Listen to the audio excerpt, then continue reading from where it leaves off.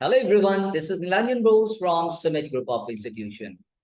दोस्तों, once again I have come up with yet another interesting video for you. कई दिनों से आपका डिमांड आ रहा था कि सर सुपरफ्लुअस एक्सप्रेशन के ऊपर कुछ वीडियोस बनाइए या just tell me what do you mean by redundancy, redundant expression के बारे में कुछ बताइए. So this is the high time. This is the time when I have come up with a new idea regarding superfluous expression. आखिर ये होता क्या है, किस टाइप का मिस्टेक्स हम लोग करते हैं in our daily life while we are interacting with other people, या किसी से जब हम लोग बातचीत करते हैं, किस टाइप का गलतियां हम लोगों से हो जाती हैं अनजान में. You never know कि what kind of mistakes you are going to commit. But actually, if you go through this particular video session, I'm quite sure that at the end of the session, definitely you will be in a better position to deal with all these kind of superfluous expression. तो आखिर ये होता क्या है, चलिए just before starting the video you just commit that video को अंत तक देखोगे और आपका ये कंप्लीट आइडिया हो जाएगी, कंसेप्ट एकदम क्लियर हो जाएगा कि किस वर्ड को कहां पे किस जगह पे सही ढंग से यूज किया जाए. Right, so without wasting time let's get started with today's session.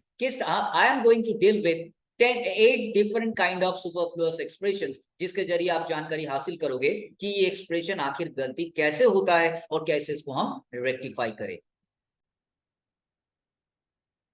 The first expression that we do often use in our daily life and that is actually wrong. What is that? Return back. दोस्तों, आपको अगर कोई पूछते हैं when did you come back yesterday, आप उसका answer देते हो I returned back at night. Why do you say like that? Return का मतलब ही होता है वापसी आना. Return means go back या come back. So in that particular case, दोबारा back लगाने की क्या आवश्यकता है? बिल्कुल नहीं. लेकिन आप तो ये जानते ही नहीं हो. आपको कोई पूछते हैं तो आप बता देते हो clearly कि return back, which is absolutely wrong. लेकिन ये वीडियो देखने के बाद I can challenge openly to all of you who are watching this video कि आपको कभी भी इस टाइप का गलती नहीं होगी. और अगर गलती करते ही है तो ये हिम्मत दिखाओ और गलती करके दिखाओ यार. कैसे गलती करोगे आप? Because you have come to know all the rules of superfluous expression. कौन वर्ड को किसके साथ ऐड नहीं करना है. Then, so first expression return back. In this particular case, you should not add back to the word return क्योंकि already उसमें implied है. तो चलिए हम लोग नेक्स्ट एक्सप्रेशन की तरफ मूव करते हैं और जान लेते हैं ऐसा और कौन गलतियां हम करते हैं अपना डेली लाइफ में.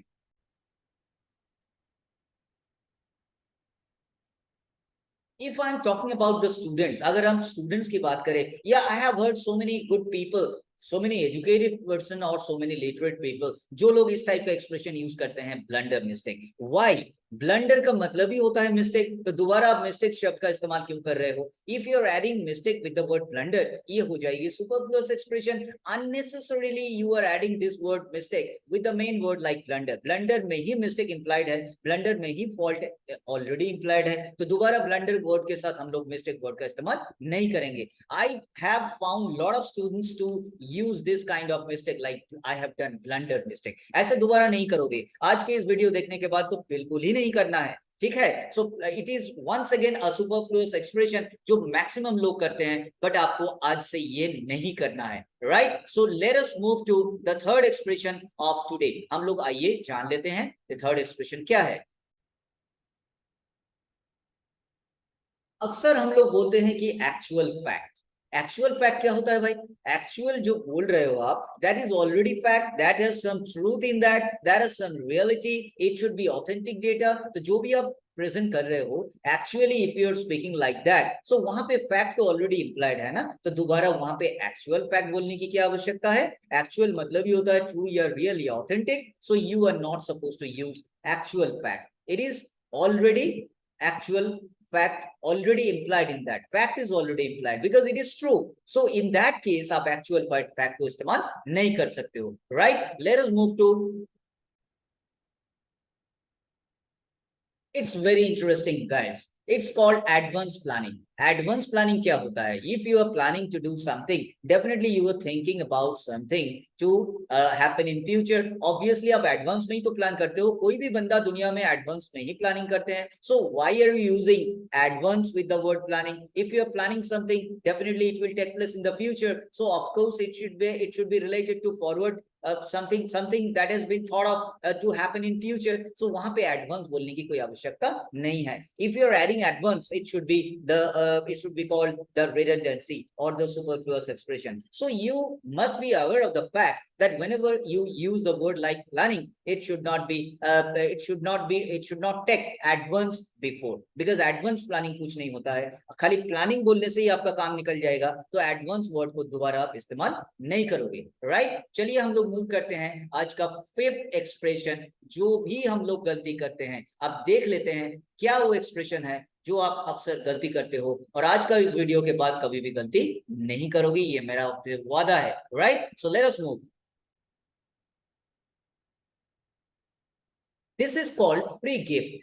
फ्री गिफ्ट क्या होता है? गिफ्ट मतलब what? Gift means something given voluntarily to someone. आपको कोई गिफ्ट दिया है, उसमें क्या आपको कोई पैसा लगा, कोई खर्चा हुआ? बिल्कुल नहीं. You haven't spend a single wording, you haven't spend a single rupees, right? तो उसमें गिफ्ट में तो ऑलरेडी आपका फ्री ही मिला है ना, आपको तो कोई पैसा खर्चा करना नहीं पड़ा. So that particular gift is already freely given to you. तो why are you using that free gift? Free शब्द का इस्तेमाल यहाँ क्यों कर रहे हैं आप? ये तो बहुत बड़ा गलती होता है.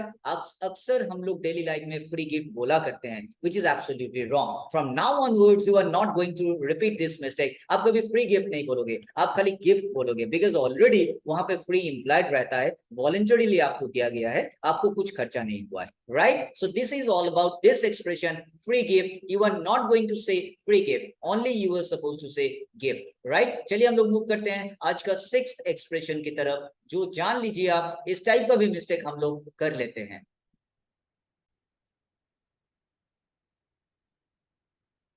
I have heard so many people to say like that, new beginning. अरे new beginning क्या होता है? What is the meaning of begin? What is the meaning of beginning? You're starting up from a point, you're starting from an origin, right? So it should be new. आप तो fresh होके उस चीज को start कर रहे हैं, किसी चीज को शुरुआत कर रहे हैं, तो obviously शुरुआत करने में तो beginning है ही, तो दोबारा new beginning बोलने की क्या आवश्यकता है? क्योंकि आप तो शुरुआत कर रहे हैं, तो नए तरीके से ना शुरुआत कर रहे हो, तो obviously new is implied in that. So with the word beginning, you are not supposed to add new to that particular word like beginning.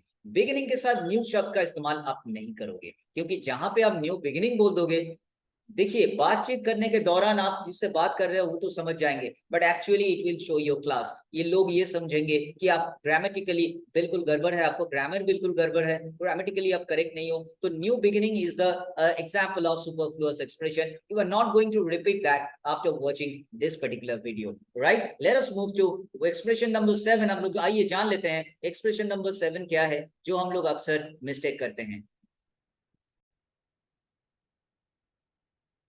हम लोग अक्सर बोलते हैं exactly identical. Exactly identical is wrong expression. दोस्तों आप कभी भी ये मत बोलो. आइडेंटिकल का मतलब क्या होता है? अलाइक या इनडिस्टिंग्विशेबल. इनडिस्टिंग्विशेबल मतलब जिसको अलग नहीं किया जा सकता, एकदम similar, same to same. So if you are using the word like identical, तो दोबारा आपको एग्जैक्टली बोलने का क्या जरूरत है?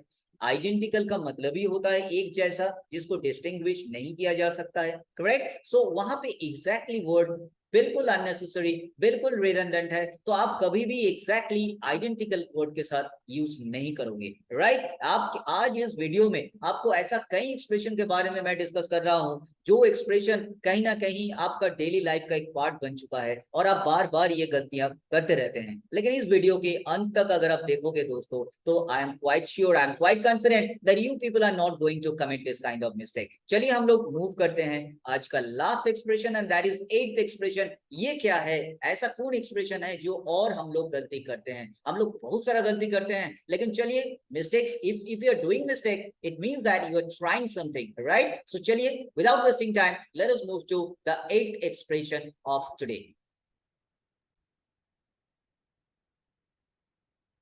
कई लोगों को हम बोलते सुने हैं, आपको भी हम बोलते सुने हैं, नंबर ऑफ टाइम स्टूडेंट्स तो अक्सर बोलते हैं वी हैव ज्वाइन टुगेदर. अगर ज्वाइन आप भूल ही रहे हो, तो वहां पे टुगेदर बोलने की क्या आवश्यकता है? If you are joining something means you are combining something और यू आर कनेक्टिंग टू और मोर थिंग्स. तो वहां पे जब आप ज्वाइन बोल ही दिए, तो दोबारा टुगेदर बोलने की क्या आवश्यकता है? अननेसेसरी वर्ड का इस्तेमाल आप कब बंद करोगे? आज का ये वीडियो के बाद डेफिनेटली आप बंद कर दोगे, यही मेरा विश्वास है. I do have trust on you guys. Join together in this particular expression, this is called superfluous expression, and if you are using the word like join, वहां पे दोबारा आप टुगेदर वर्ड का इस्तेमाल नहीं करोगे. So these are all 8 expressions which I have explained in detail today. Right? I am quite confident that you people don't have any doubt regarding this explanation.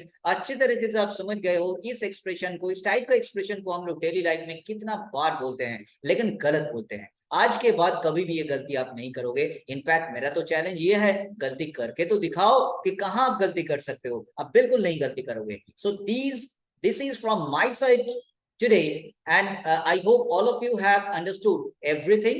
Okay, fine. That's all. Thank you so much for patient listening to me. And if you enjoyed this video, definitely you will watch for the next video, which is going to be more interesting. That's all. Thank you. Take care.